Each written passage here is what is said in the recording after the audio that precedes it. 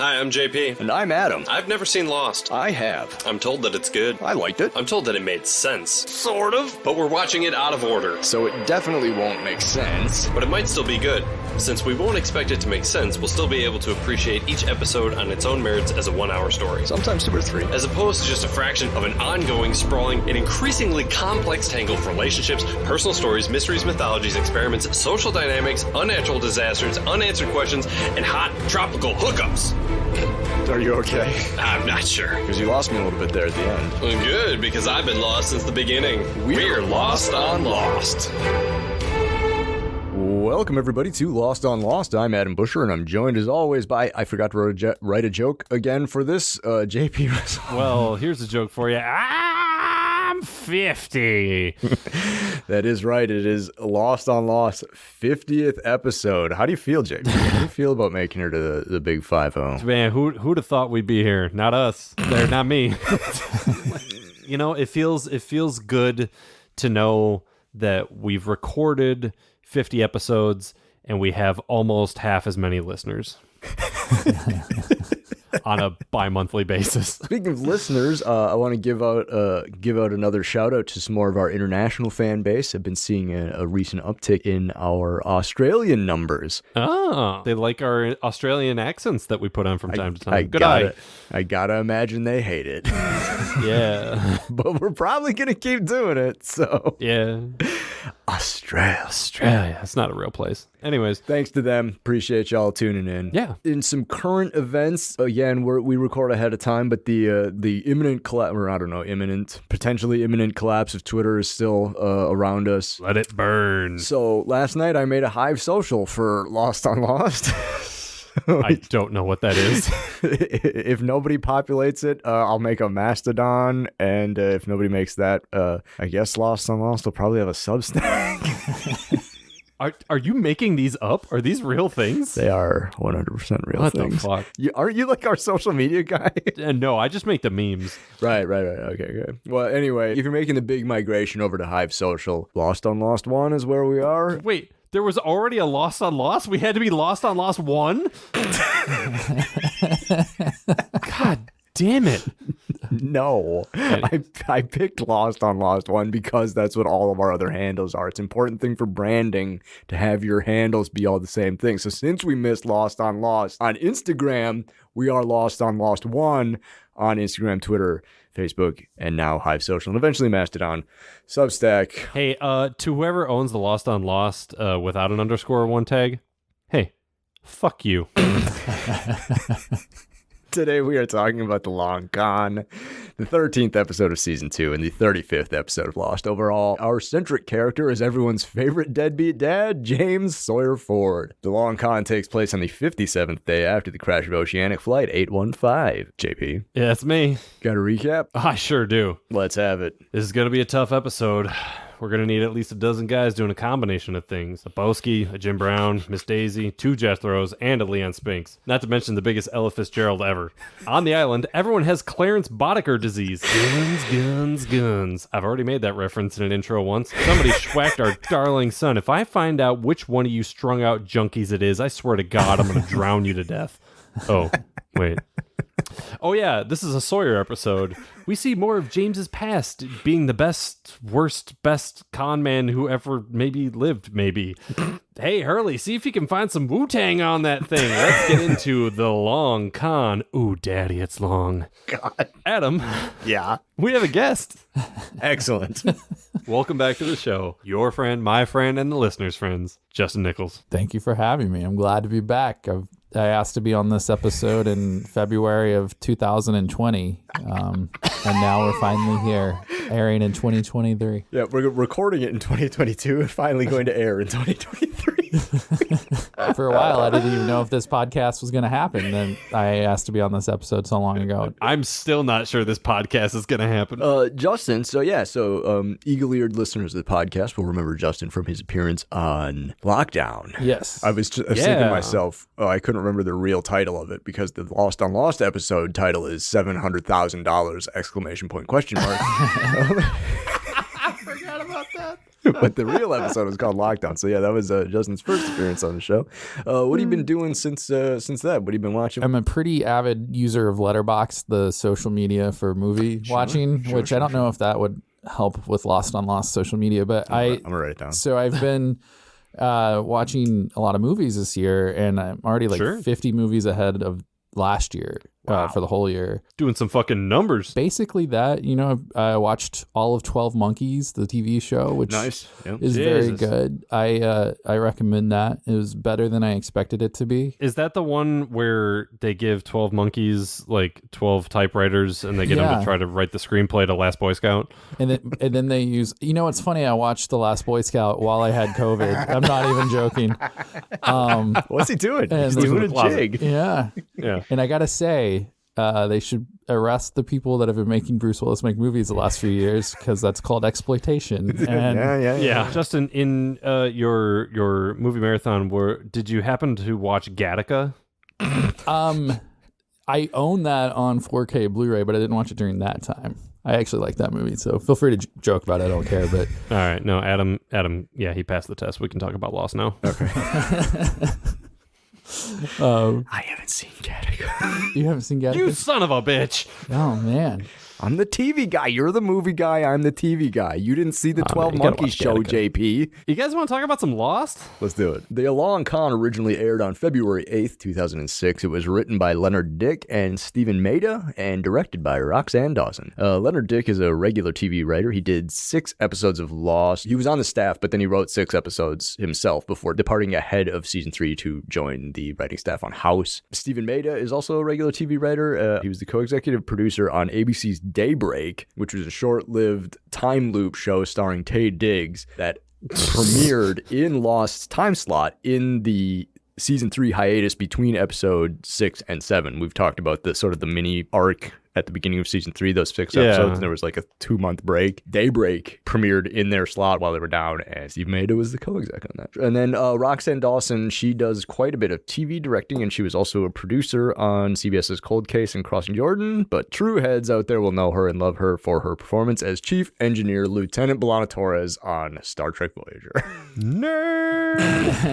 We start off in the hatch. The Armory. This is interesting because, again, we're getting deep into season 1 of Lost on Lost here, so a lot of the episodes we're watching here in the tail end are episodes that are in between stuff we've already watched. Yeah. So we still have a gap of 2 episodes in between this episode and the most recent episode. We've seen the 23rd Psalm. So we've already seen, I guess, the fallout of what happens after this episode. Yeah. I remember having questions in those episodes about what in the fuck happened recently. This one's going to kind of answer some of those questions for us, which is nice. Yeah. I think our biggest experience with the Armory, as it were, is actually as more of a prison cell for Ben. Benry. Yeah, usually we see this room and it's empty and there's a living Bruce played by Michael Emerson sitting in it. Distinct lack of hot air balloons. They have so many fucking guns. Yeah. Holy hell. They didn't do a full shot of the wall or anything like that, but I was expecting there to be a rocket launcher and a box of grenades and they're armed to the teeth in there, but Adam, I believe you once said something about the island, throw a rock, find a gun. Throw a gun, find a gun. Yeah. So, yeah.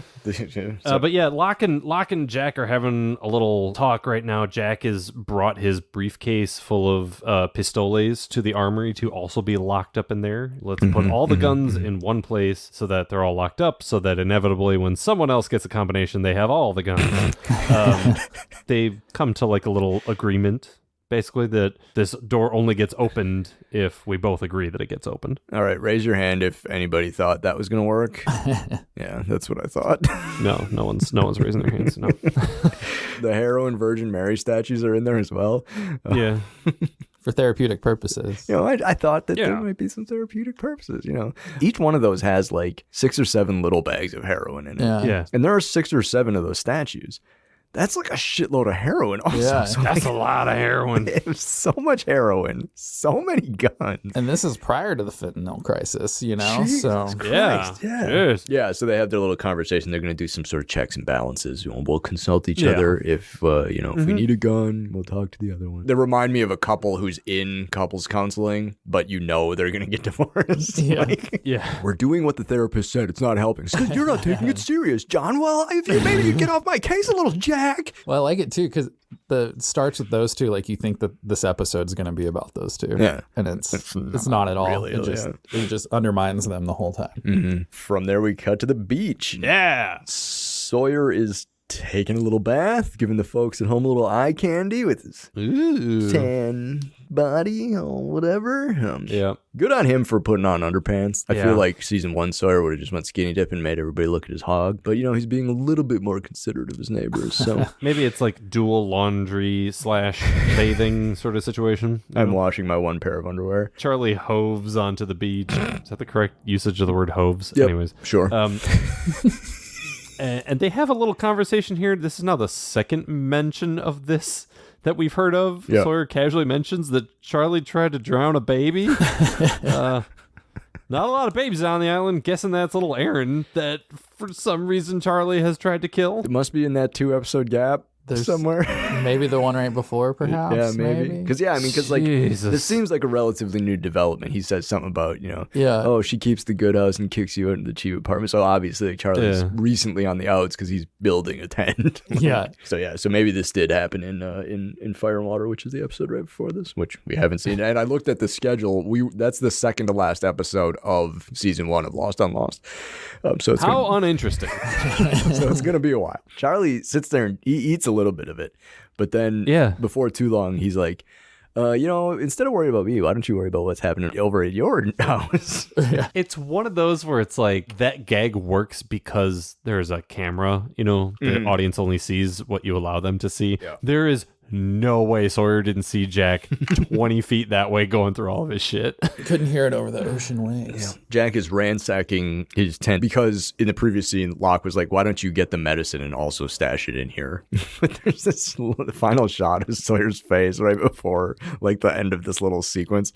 And I just wrote, it was a dark Sawyer moment because like, his face is all in shadow. It's just like, Fucking Jack did say the line, "Are you threatening me?" And all I could think of was Beavis and Butthead. Are you threatening me? And then I had to rewind the next 2 minutes because I was laughing to myself alone in my room. Anyways. And that's the end of the cold open. The lost card comes through, and then we come back in a flashback. Sawyer and, this is what my introduction says here. Sawyer and Kim Dickens.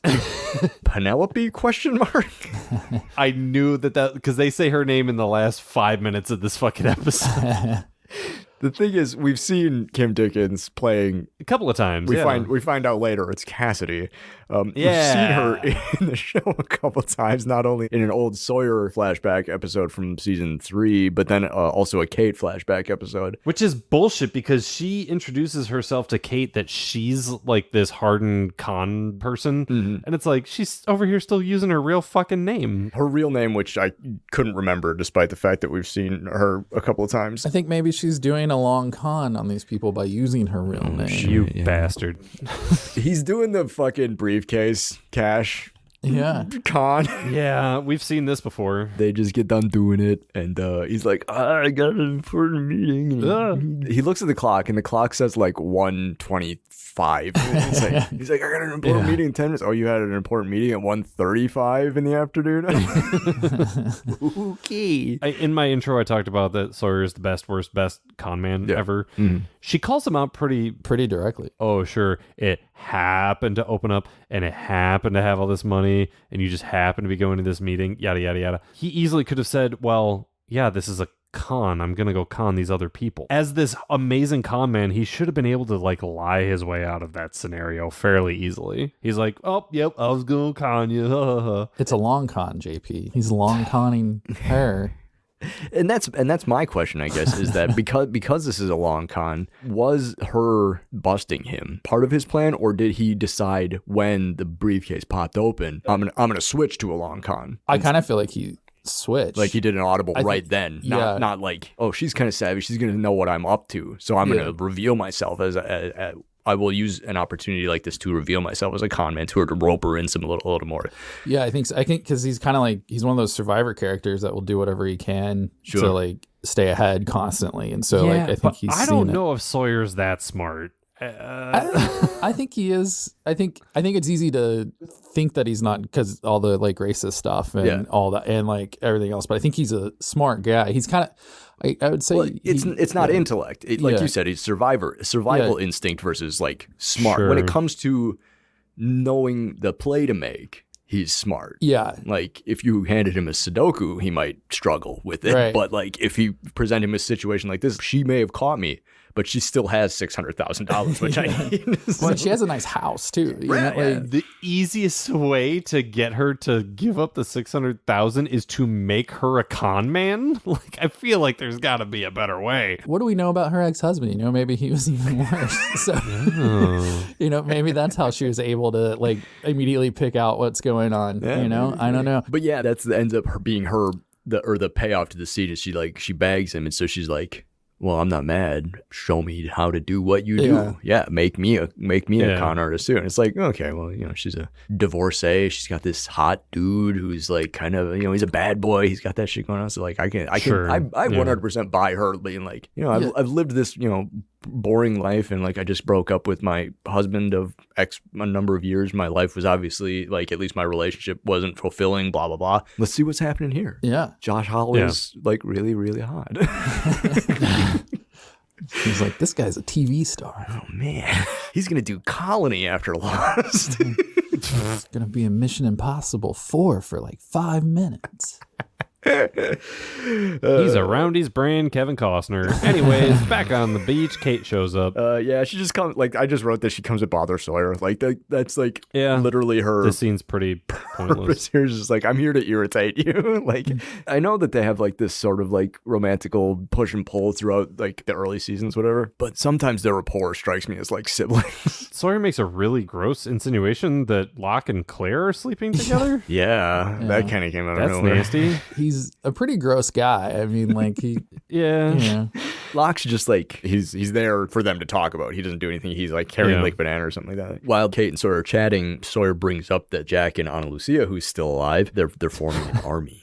Not only was Sawyer not invited to join the army, but Kate was also not invited to join the army. The thing that's interesting to me about this scene is like there is a point here, like with them beyond just bantering. It's like Sawyer's being smart by like laying seeds. He's like, you're gonna be jealous. The other thing that I was just thinking of was just like, it's obvious that Jack and Ana Lucia don't have much experience with building an army, because for the most part, when you're building an army, you take everybody.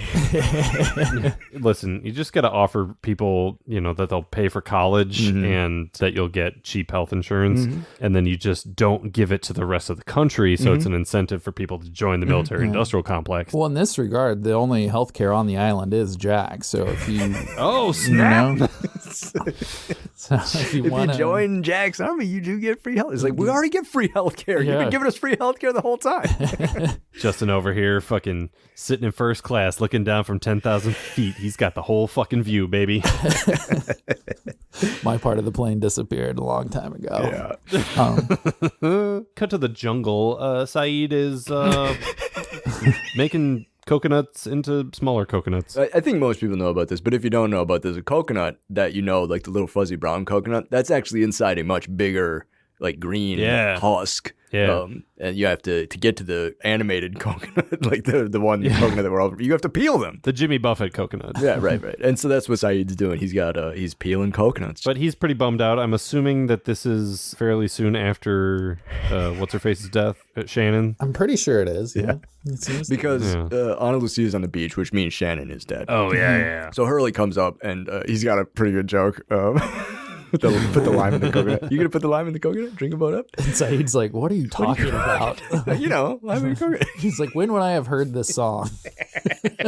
The face that Saeed gives to Hurley is the same face Kai makes to me anytime I try to describe Lost to her. And it was so good. Navy Andrews just kills it. Yeah, and Hurley just unfazed by not getting the joke too. It's just like, man, whatever. Yeah, whatever. It's like, that's a good joke. I don't care that you didn't laugh. It's still a good joke. He brings him a radio that Bernard had brought along with them from where they had been staying. The tail section survivors had been staying. They have a little shortwave radio. He brings him this radio. He's like, hey, I know, you do stuff with communications, blah, blah, blah. Here's radio. And so he's like, it's a shortwave radio. I can't do anything with this bullshit. And he's all pouting and stuff like that. And then Hurley says, like, I'm just trying to cheer you up, too. Yeah. I wrote down in my notes. I was like, I straight up forgot why Saeed was pumped. I was like, why is I thought we were going to catch a flashback and we were going to see Shannon die again on this show. I had to pause it. I paused it and I was like, what happened to Saeed? Like, what? Because I was thinking that something happened to him. And I was like, well, nothing happened. He's not hurt. He hasn't recently been hit in the head. Even though he is the survivor who gets hit in the head the most throughout the course of the show. And then, it finally dawned on me. I was like, oh, yeah, Shannon just died. We went through a patch of dealing with nothing but Shannon's death on Lost on Lost. We did we saw it so much. And then it's been a while. 3 times, I believe. Yeah. Resident Morale Officer Hurley just doing his thing.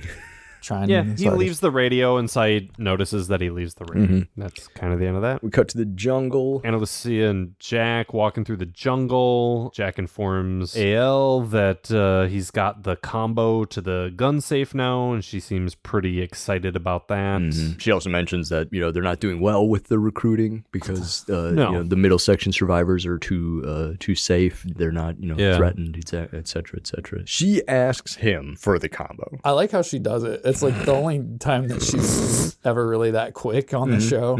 I do like, she's like, what's the combination? Just kidding. I see why she didn't make detective. That was one step away from a sphincter says what. Like, it's just, what's the combo?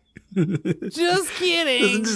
Oh my god. Then from there we cut to the garden. Sun's working on a garden. She's planting some various herbal remedies. It's like those little spiky aloe vera plants that are good for burns and shit.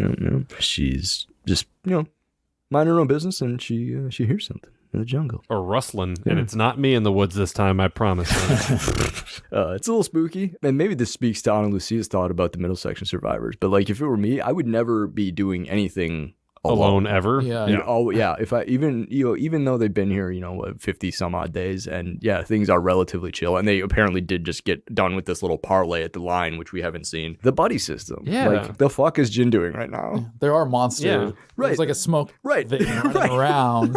No parlay with that thing.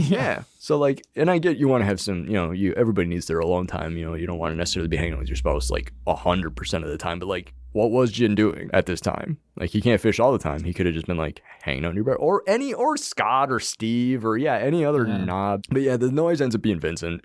He comes out and she, it's the dog. It's cool. Like, it's anytime the dog shows up, it's just like, hey, dog. And he's happy to be there.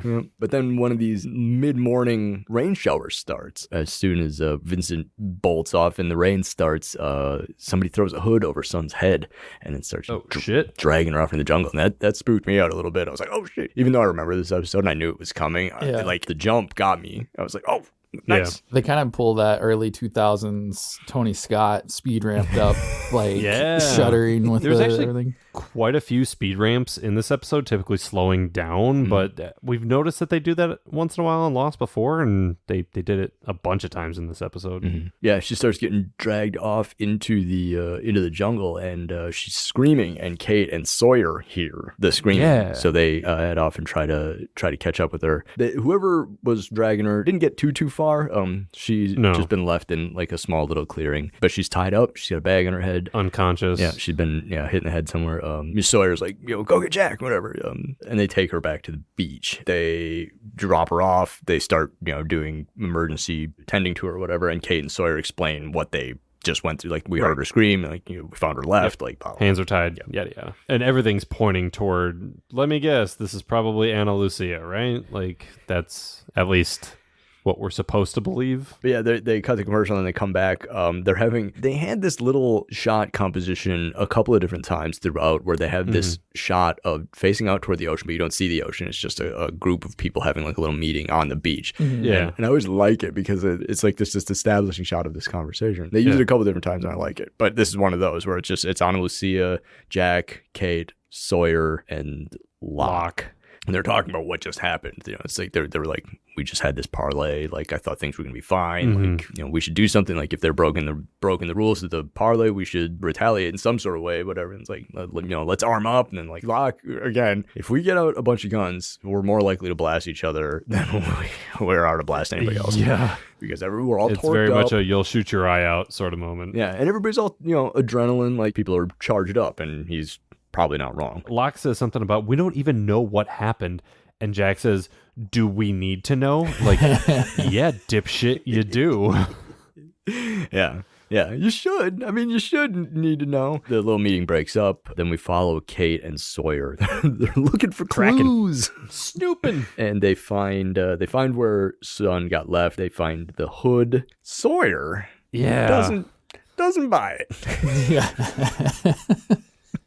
For some reason, He like he's some like the thread count on the hoods. He It's a managed to different It's a count. different weave. It's a Yeah. different color. It's like, Could they maybe have multiple types of hoods? no. Sawyer knows that the others, they bought their hoods in bulk. There was a 10-pack. They're all the Yeah, same that's exact fair. hood. That's how he knows. conning people. Maybe he conned a mattress salesman or something, you know, one time. Exactly, yeah. He personally starts to lay the foundation that this is a con, Yeah. and that it's probably Jack and or Ana Lucia. He's like, Yeah. I know a con when I see it. Yeah. They're trying to get people motivated to want to be in their little army. But I do think it's kind of like sadly apt because the way that Sawyer starts playing on everybody's fears and in doing that, like, I don't know, it's almost like prescient to the last 6 years of our lives, like how we have this guy, sneaky racist guy, able to get everybody going up against each other. Right. And playing on Yeah. their fears, you know. Yeah. Art imitating life, imitating art, imitating life. There's that Twilight Zone episode.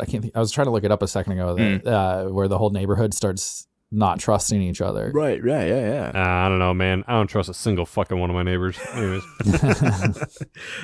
We cut to a flashback. Sawyer is showing Penelope Cassidy the jewelry con. The bit, yeah. We've seen Cassidy pull this con in a different episode, in that Kate episode, whatever that one was called. Yeah, it's just a bunch of FOMO, you know. People are scared of missing an opportunity, I believe is what he says. I like there are two marks in this episode. like where these guys So dumb. did these guys work in the office and like, hey, we need you. That would have been the fucking perfect opportunity to have Scott and Steve there. Yeah. Come on. Are you fucking kidding me? Oh man, because that one guy looked like Justin Timberlake, like NSYNC era, like Kinda, and I guess maybe it would have been around that time. Maybe that's what they were going for. The sports glasses. They look like two guys ready to get duped by main characters. And they burn them. They burn these two knuckleheads so simply. Yeah.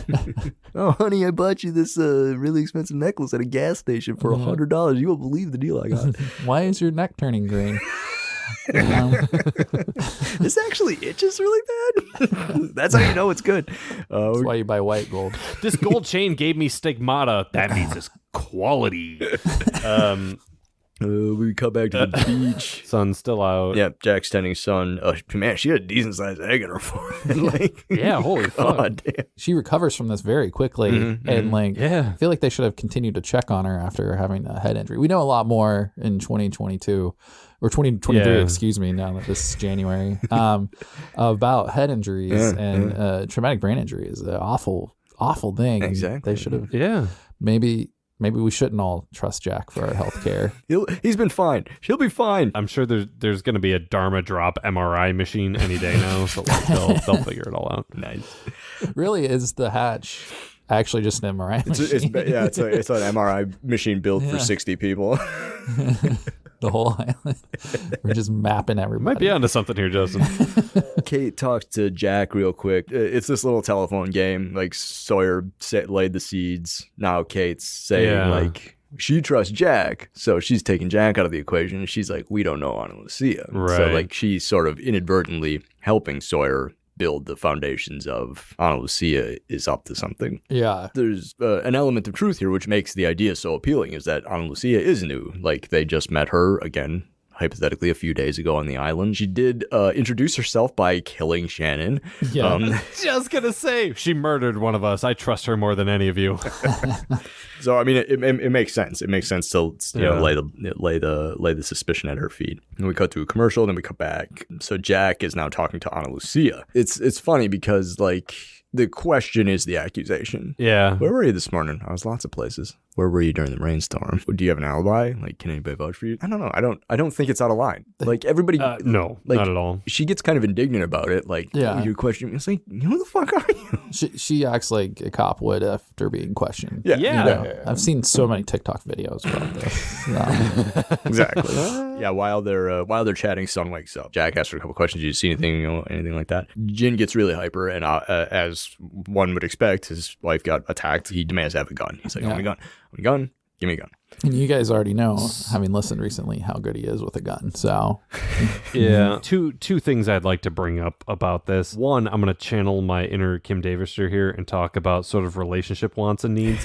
If your first reaction to your beloved being hurt is to react with violence, that's going to make them not want to tell you when they've been hurt, right? So, like, you're going to fly off the handle, and that shouldn't be, your first reaction should be support. Right. Second point is, hey, Jin, we don't know who did this, so now you're just walking around angry with a gun. And Jack says, yep, you know what? That's a good idea. Right. It's an extension of Jack's earlier thing during the little beach meeting. Like, let's get some guns and go fucking hunting. Yeah. Hunting what, man? Listen, I love guns, but maybe having guns when angry aren't the right thing to do. Right. a lot can go wrong. Practice responsible firearms ownership. Exactly. Sawyer is watching all of this happen, and then this is where Kate eyeballs Ana Lucia. Yeah. And we get that shot of, like, she's looking at her, and she's, like, whatever. Something about they're going to form a posse. Yeah. And so that Kate goes and tells Sawyer, like, hey, they're coming for the guns. Go warn Locke before they get there. Yeah. It's almost too easy. First guy who ever shot fish in a barrel. I'm really having problems describing how easy this is. Got to a flashback. Sawyer and Penelope / Cassidy, they're just like talking about future plans for future cons. The pigeon drop, the Tulsa bag, scam, the looky-loo. She spills the beans finally. She's like, you know what? I lied earlier. I have $600,000 that I got in the divorce. $600,000. That's $100,000 less than Locke's dad. If they would have got $100,000 more, they could have went for a retirement score. Justin, we now have to have you on for an episode with $500,000. Yeah. Oh, man. Counting it all the way down to number one. She wants to do a long con, and so she says, like, I got the stake for it, because he says the one thing you need for a long con is you need money, and she's like, I got money. Like, if the most recent scene on the beach where, like, Kate's like, Sawyer, go warn Locke about the guns, it's like, the audience is like, okay. This is also the scene, the flashback, we're like, okay. I figured something was up, but I didn't know what the play was. You know what I mean? Yeah, same. The survivors are meant to believe, yes, it's Ana Lucia. That means that it absolutely isn't. Right. You know? Right. But I couldn't figure out what Sawyer's end game was here. Sure. And then mine was in the flashback. I was like, okay, step 2 of this, like step 1 was gaining Cassie's confidence. Step 2 was getting her to admit that she still has the money. And then I couldn't remember, how he actually gets it out of her. Right. Now we're going to use that money for a con, so now I have access to the money. So then we come back to the hatch. Locke is looking through the books for something. I didn't think about it until this morning.Maybe he's looking for more deleted scenes from the film? I think so, yeah. I think maybe. I think he is. I think because that's why. Because didn't they find one? I think they found a film in one of the books, and so he must be. He's just double checking everything. Yeah. Sawyer rocks up and tells him, "Hey, Jack's come for the guns." He says he's alphabetizing, but he's got the book upside down. Sawyer's like, yeah, and they're just whatever, in a pile on the ping pong table, like not organized whatsoever. Yeah, and this works kind of exactly how you would think it would work too. Like Locke's like, well, okay, you're here. Like, I'm not gonna tell you anything, but you can watch the button for me while I protect the guns from Jack. Yeah, I mean, he's not wrong. That is a line of logic that is absolutely like, you have a mob of angry people who just want guns, but they don't have an enemy in which to use those guns, and they're just coming to be angry and armed. Yeah, let's get them the fuck out of here. Yeah. I liked this too because they bothered to write in. Locke's like, why are you doing this? Why do you care? And Sawyer is able to say, because fuck Jack.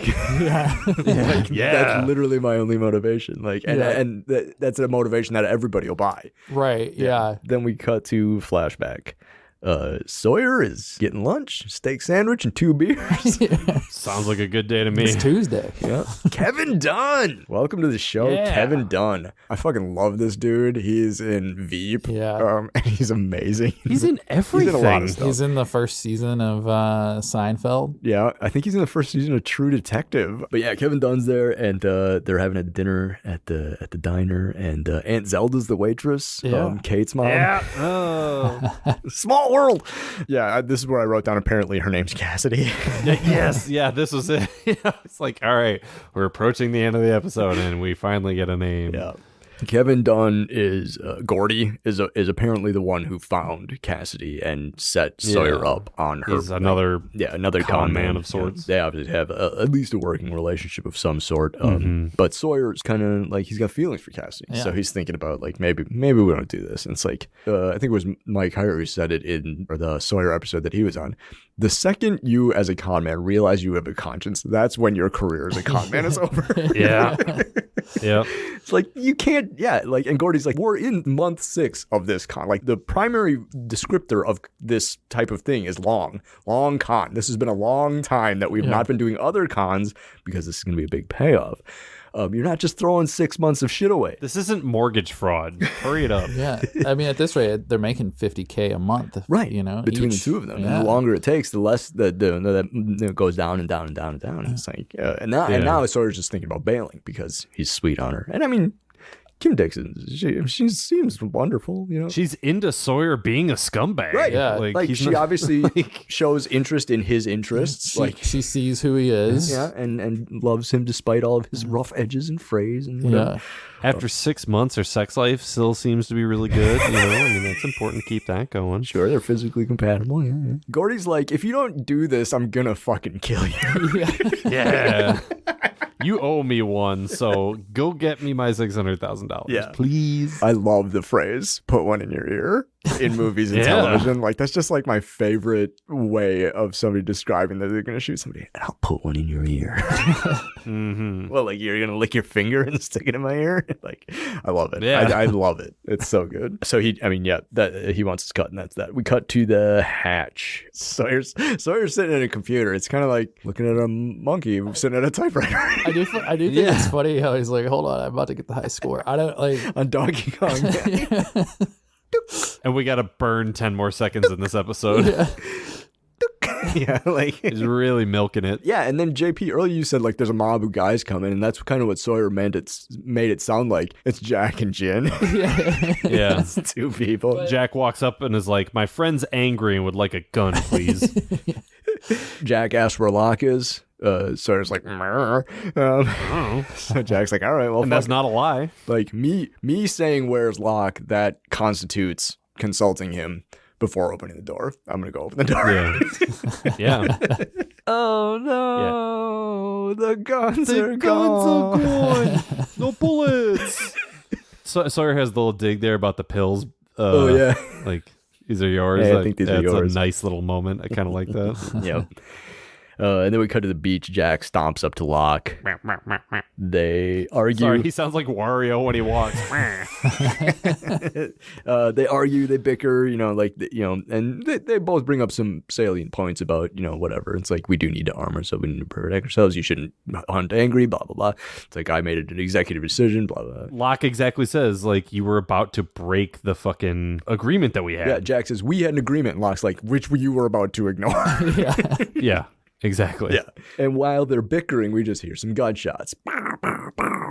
I must say, like, this scene is like what I've always remembered, and I remember like watching it as it like in order back when it happened, and just like being blown away, like, because it like this is the moment where at this point, the whole dynamic of the island shifts out of nowhere. Yeah. And everybody jumps, and it's obviously like an automatic because it happens quickly, or a semi-automatic. It happened like there's 3 really quick shots, and like Josh Holloway has an excellent monologue here. It's very good. It's after sundown. It's dark. There's just firelight. Like people are, and he's commanding everybody's attention. He's holding this rifle. And he explains to all of them. Sawyer never went on the raft for altruism. Right. While I was out trying to get us all rescued, you took all my stuff. You did all these things. Why isn't anybody thinking about me? Yeah. Like who? Right. And he's kind of right too, because like why are Jack and Locke de facto the people in charge? And that's always kind of that simmers amongst everybody. And then so he's able to move in there and be like, let me tell you what's wrong with this world. And I do think it's like, I think that does kind of make this episode stand out in a way, especially in retrospect, looking at it as like the writers and everyone, they were touching on the pulse of something that's going on in this country that we didn't fully understand yet. I mean, obviously this is post 9/11, and so like that does play a lot into this show, I feel like. And what's funny, like rewatching it this time, I've always remembered that scene. I thought it happened later in the episode. Me too. I thought it was like the last scene of the show. Yeah. So then it like shifts it, and then because like think about it, because his final line in the monologue is, "There's a new sheriff in town." And like if you like in my head, I was always like, "There's a new sheriff in town." Lost. I think that's used in a lot of recaps though. That's probably why. The thing that like, and it's very true to the Sawyer that we know, but I hate that this is true, is that he makes the monologue all about him. He's saying, I now have the power, you all have to come to me for your needs. There's part of me that wishes he was a better con man, that made it seem like it's not a self-serving decision, that this was the righteous decision. Like, y'all are going to be gun toting. Y'all aren't responsible with the guns. So now I'm going to be the responsible one. I feel like that way he gets the guns and he gets the save face, but that's not Sawyer. You know what I mean? Yeah, I don't think he would think that way just because he is he is self-centered. He is so like if you're going to con people, you're doing it for yourself, like and at least he's made himself feel like he's that way. I know. I just really wanted that to be the case. I was like, I want Sawyer to be the good guy here. I wanted him to use his conning for good, and he just turned out to be a shitheel again. And again, it's funny because this is Lost on Lost, and we've seen season 3 Sawyer. We've seen Sawyer being an actual good guy. So I think this episode, even watching it like up to this point, you're starting to kind of like him. You're like feeling good. He's making you laugh. Well, it's like you said too. Like he's doing something here that people respect, again through nefarious means. But like even if you're not happy that he's got all the guns, he did show Jack and Locke's sort of flaws. They're hubris. Like showing everybody who they are. But even like. When y'all watch the Shannon episode where she passed away, like that's the episode you start liking Shannon. Yeah, exactly. And then like in this episode you start liking Sawyer, or at least this version of Sawyer, and like it kills you that it like he ends up killing the good version in a sense. And I feel like that's something that starts to occur if all of a sudden you start really liking a character that you haven't liked before on this show. It might not bode well for them. Exactly. From there we cut to a flashback. Sawyer comes into Cassie's house and spills the beans on the Loooooong con. It's like, all right, here's the thing. I knew you had the money the whole time. Here's the thing. I don't want to snatch it though, because I love you. My partner's gonna kill us both. You got to run. I'll meet you tomorrow morning or something like that. We're going to have breakfast together on the run. Sioux City. So yeah, he helps her escape. He takes the money out of the briefcase, puts a bunch of it into a duffel bag, hands it to her, tells her to run through the neighbor's backyard. He then goes out to the car, which he's like, that's my partner's car. He's sitting out there, blah, blah, blah. There's nobody in the car. Gordy ain't there, man. Gordy's gone. Yep. Don't think Gordy was ever there. Yeah, don't think he was ever there. No, that's a quote from Black Hawk Down. Sorry. Yeah. The last thing is him getting her outside like the screen door and saying, hey, I'm all you ever wanted. Now you know better, but I love you. Run. Yeah, that's right. And then from there we cut back to the beach. Kate confronts Sawyer, asks him how he pulled it off. Does she confront him? I don't know. She just kind of talks at him. Confronting isn't the right word. She basically just asks him how he could do something like that, how he did it, and how could you? Which I do think is it's how it juxtaposes the two main love interest at this point for Sawyer. Yeah. Like, And she has the questions that you assume Cassie would have had if she was able to stick around if Sawyer hadn't rushed her out of the house. yeah. There's an interesting shot earlier in the episode where Kate and Sawyer are both sitting there talking inside of Sawyer's tent, or they're both just kind of saying there's like this really nice two shot. Mm-hmm. And right here, when Kate walks away, they have the same two shot as Kate walks away and Sawyer's left sitting by himself. Mm-hmm.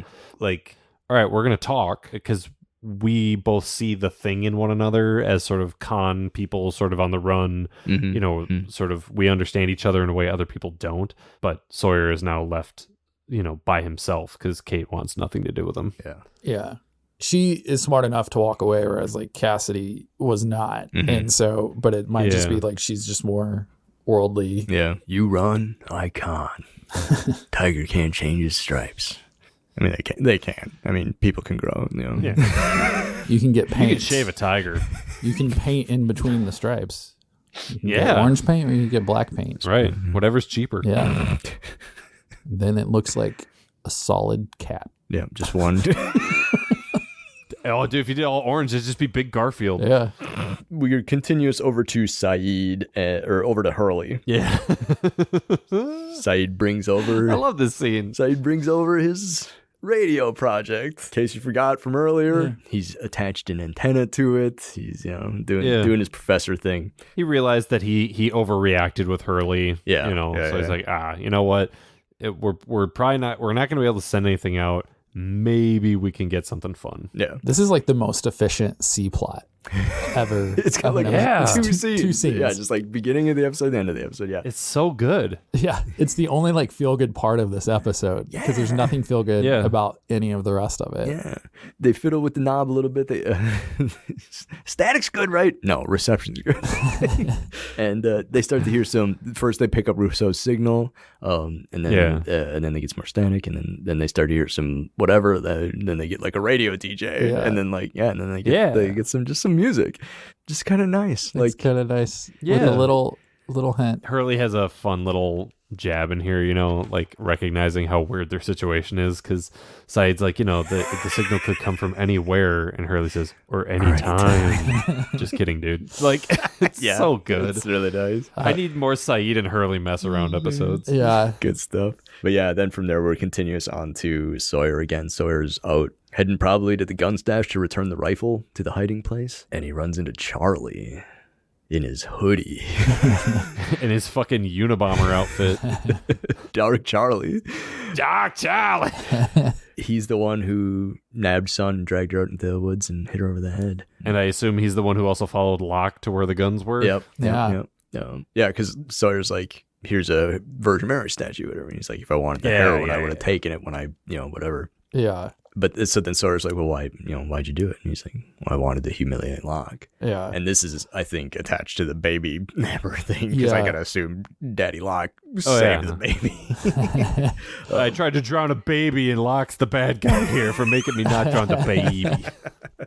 I think this is such a good reveal too, because we forget about the beginning of the episode that Charlie's there. Because again, it's just that one scene at the beginning, just like the Saeed and Hurley with the coconut. Yeah, the one little scene of Sawyer and Charlie at the beach with the tent, and then all the way at the end, just bookending it. And this also shows like how terrible Sawyer can be. That he will set up somebody getting assaulted to further his goals, you know what I mean? Yeah, that's super fucked up. And how badly Charlie can lash out when he's been hurt too. Yeah. Like, he's still on the mend from he's a drug addict, he's a recovering addict. Like, he's got all these problems with self-centeredness and abandonment and all that stuff.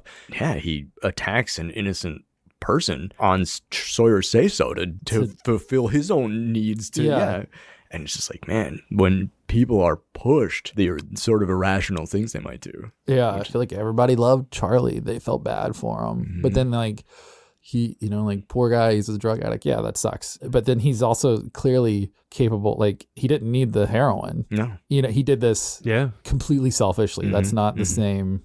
Yeah, he didn't do it to, like you said, if he wanted the heroin, he would have just taken the heroin. Yeah. If this scene would have gone on 5 seconds longer, it would have been, well, I don't want this heroin to not go to good use, so why don't you just since we got it. Then we cut to that final flashback. Sawyer goes out to the car we assume to give is it Gordy? Yep. Dude, what if fucking Gordo with 4 arms is in the car? Hey-oh.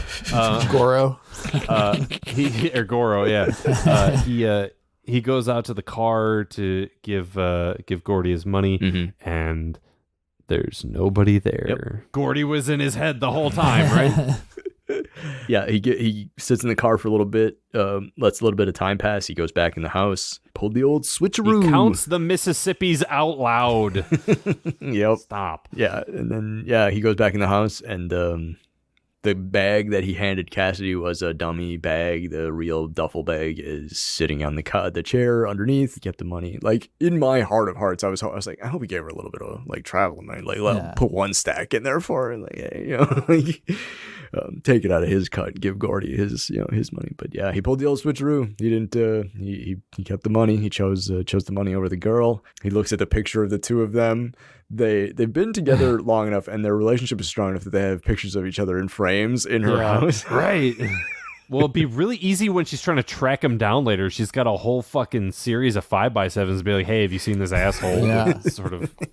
Yeah, but he puts this picture of the two of them face down, and then we cut back to Charlie and Sawyer, just like the last little bit. And Charlie asks him, like, why'd you do it? Yeah, how'd you put all this together? I'm not a good person, Charlie. Yeah.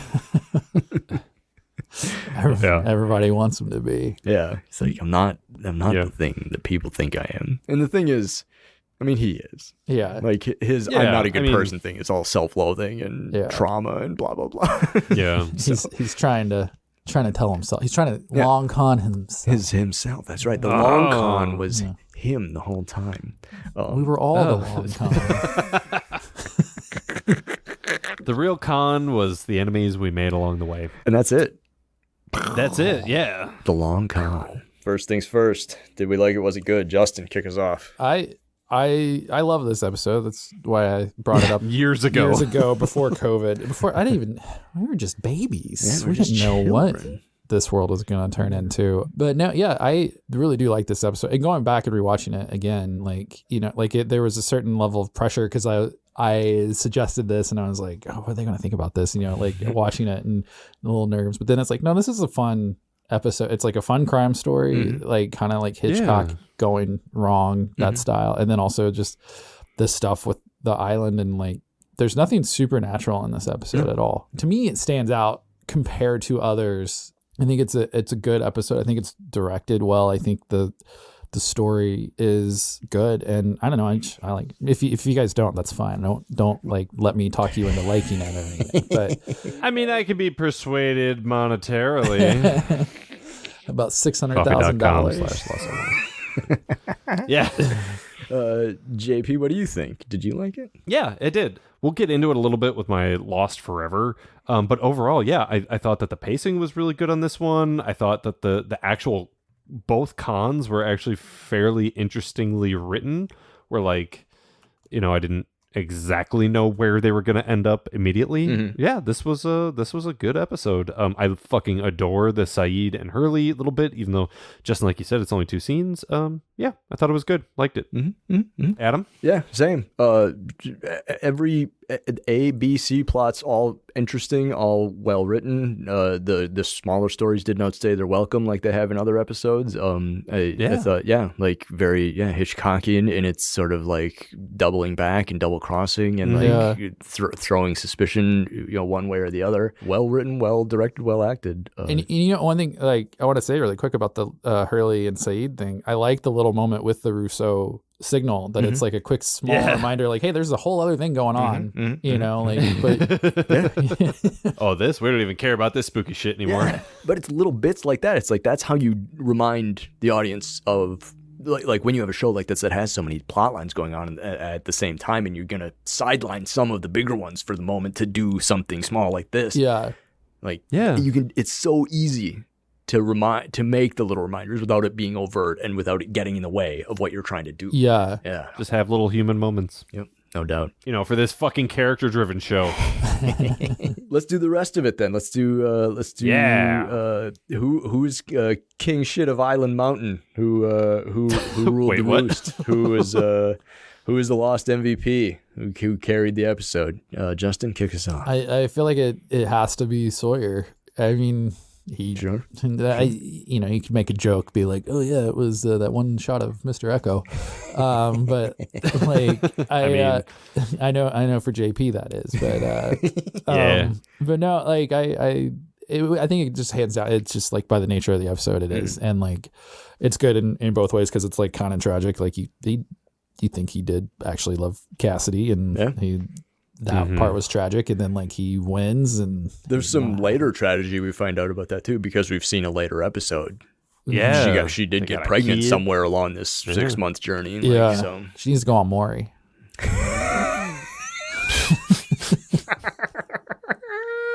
God. Yeah. Sawyer, very solid pick. Yeah. Very well done throughout. JP. I'm gonna say Saeed. Okay. I love that Saeed was like he had the introspective sort of maturity to recognize, man, I was really a dick to Hurley, and I'm gonna make it up to him. I'm gonna work the rest of the day on this fucking radio, and it's just I don't know that whole 2 little scenes was just so much fun for me, and I love seeing characters grow and learn and change. Sure. So yeah, Adam. I'm gonna go with Saeed's counterpart in the C story, Hurley. Hell yeah. And again, like there's all kinds of nonsense going on, but it obviously can't involve all 46 odd people that are still around. Shannon just died a few days ago, and the person that's most spun out about it, Saeed, is a pillar of the survivor community, and Hurley's making sure that he's okay. Yeah, Hurley, that's one of the things he's best at is keeping an eye on other people's well-being, their mental health, and their survivability beyond just food, water, shelter. So yeah, it's just important for him to go in there, make that joke, give him a radio. Yeah, just taking care of somebody because Hurley takes care of people. Y'all have maybe talked about this before, but it's wild to think that the actor that plays Hurley, he auditioned to play Sawyer. Wow, I did not know that. Really? Yeah, and they're like, well, you don't really fit what we have in mind for this character, but like they created the charter of Hurley based on his audition. We knew that Hurley was we created specifically for him. Yeah, I didn't know he originally auditioned for Sawyer. Wow, that's wild. But like, I could also see them rewriting how Sawyer is and make him more of like a Mr. Magoo style, like con man. Maybe, yeah. Sure. Well, I mean, like when Michael Keaton was going to be Jack, yeah. like he was going to die in the first episode. So No, I want that version of Lost so fucking bad. Michael Keaton just like making pay for work that doesn't ever happen. You want to get nuts? Let's get nuts. There's a flip side to this award, though. For every good, there's a bad. For every yin, there's a yang, etc., etc., etc. Who was not carrying their weight? Who was making the silence worse by breaking it? Who is the lost forever? Justin. I think in a way it's Locke, because Locke gets played worse Sure. than everybody else. Like Jack got played through a series of steps. And he had to trick Kate into tricking Jack into thinking that Ana Lucia was bad. Like Locke just got played outright. Sure. Which is kind of nice too, since like their interaction, he's like Locke's going through all the books. He's an intellectual one on the island in a way. But in reality, Sawyer's the intellectual. Sawyer reads more books than anybody else on the show. So so I think I would have to say Locke just because he got tricked so quickly. Sure. Yeah.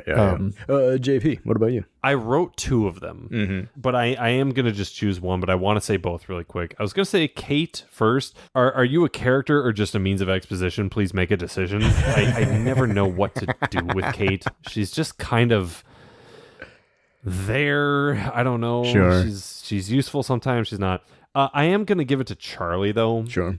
I don't know what the writers want us to feel about Charlie. Sure. When we were talking about sort of the emotional journey that other characters go through, yes, I understand that, like, like Sawyer, he backpedals a bit, but like Sawyer's a piece of shit in the before the crash times, right? Right. Charlie, while he's a dirtbag, he's not a bad person, but we're all over the place because in one episode he's having a Hurley mess around and I'm loving him. Other times he's fucking knocking sun out and drowning babies, and I'm like, but we learned to love him again. I'm like, I just don't know what the fuck to feel about Charlie, and frankly the back and forth is just pissing me off. So Sure. I'm just gonna say Charlie. I do wonder if like if that's just a casualty of the way you're watching this too. You know what I mean? Like, I feel like it's a casualty of Dominic Monaghan probably going to the writers and being like, I'm kind of one of the only names on the show, and I'm bored being the silly guy, and now I want to be dark and brooding. Adam, forever. Lost forever. Locke, he's so fucking gullible. Like, you bastards. Like, as soon as I got done with it, I was like, dude, Sawyer gave you one line, and you were like, oh, okay, I'm gonna fucking. I was just like, you're just, it's Locke to a T. He's just an all day sucker, man. He gets played left, right, and center, and I think Sawyer knew that, and that's why he didn't have to put any effort into the Locke aspect of the con. He was just like, all right, I got to do this to get Jack. I think Sawyer's mapped out all these people already. Like he started doing it, and it's like his survival mechanism. I want to figure out, and then like Locke wants to be the hero so bad. Yeah, and I can use that very, very simply. He'll believe me if I present him with an opportunity to be the big hero. Yeah. I wonder if the plot or if Sawyer's plan goes even deeper. He's like, well, fuck, Charlie's the one that's going to be following him, and Charlie can't look at a tree without going, the fucking basis for drive shaft. So he's like, if Locke has to move all the guns by himself, he'll be huffing and puffing, and he won't see idiot McFuckface 50 feet behind him. So, maybe that was... Maybe Sawyer's a fucking genius. Yeah, I think when it comes to conning, she's certainly a genius. I think I think he's smarter than he gets credit for. And then... Yeah, and like I assume at this point y'all have seen him reading a lot because he's always reading. Yeah, he'll only do what's necessary. He's kind of lazy. So which is how you maintain a physique like that. You just only do what is necessary every like 7 to 10 days. Yeah, that's right. So yeah, there we go. Lock Charlie. Not bad. Justin, thanks for coming on the show. Thanks for having me. Thanks for taking the time. You got anything you want to plug? Yeah. So a friend of mine was and / mentor back home. I used to work for the Little Rock Film Festival for a long time, and a friend of mine was the first American casualty in Ukraine, named Brent Renaud. Oh shit! And so he's a journalist. I wanted to talk about. They're just set up let people know about the foundation that they are putting together that helps journalists go to school and learn and go into combat zones and other areas where they might not be safe, and it's the Brent Renaud Journalism Foundation, and the Renaud is spelled RENAUD. Brent Renaud JF.org. Is the thing. So we'll link that in the notes. It's a good one. Yeah, really cool dude. Did some really great stuff for people, and just kind of got screwed by some people. No, it sounds like a wonderful foundation, and for a good cause. So we'll link we'll put the link in the show notes. Make sure to check that out. And again, thanks for taking the time. Yeah, thanks for this. This was fun. I've been seriously looking forward to this for almost 3 years now. I think you got me down for one more. Oh yeah, I think you're coming back for one more before the end of season 1. Yeah. And I'm excited about that. Does that episode have $500,000 in it? I hope so. I really do. Fucking better. So. Money expert Jusin Nickels. Money counter. Money counter. It's like, I'm not an expert. I just know how to count what I don't have. Yeah. Adam, what the hell are we watching next time? That is an excellent question. If you out there want to be lost with us, make sure to check out season 1, episodes 24/25, Exodus part 2 and 3. Whoa. Season 1 finale. Are they going to live together? Are they going to die alone? Will they, won't they? Walt! They all die alone. What? Centric characters being various. But yeah, that's going to be a 2-parter, so that's going to be a longer than normal episode because we're going to cover 2 hours of Lost, and we're also going to have 2 guests on, so come around for that. Oh, shit. And it should be a good one. Nice. It'll be great. We'll clean up the mess Jake Jacobson left from Exodus Part Fun. Awesome. All right. Well, thank you all for tuning into this episode of Lost on Lost. Yep. I'm Adam. Yeah, I'm JP. You have any idea what's going on in the show? Nope. Me neither. Lost on Lost is produced and edited by me and JP. We wish to acknowledge that we live, work, and produce our show on occupied land. Burbank, California is located on the traditional tribal lands of the Tongva, Chumash, Kizh, and Fernandino Tataviam peoples. Milwaukee, Wisconsin is located on the traditional tribal lands of the Peoria, Potawatomi, Miama, and Ho-Chunk peoples. And Lost was produced in Hawaii on the lands of the Kanaka Maoli. Visit native-land.ca to learn more about the land you live and work on. You can engage with us on IG, Facebook, and Twitter at Lost on Lost 1. You can also email us at wearelostonlost@gmail.com or support us with dollar monies at coffee.com/wearelostonlost. Thanks to Lostpedia and its community of contributors, Danny Schmitz, random.org, and as always, you the listeners for tuning in. We're hosted at Podbean. You can hear us there or wherever you get your podcasts, except MySpace. We're not on MySpace. Yet.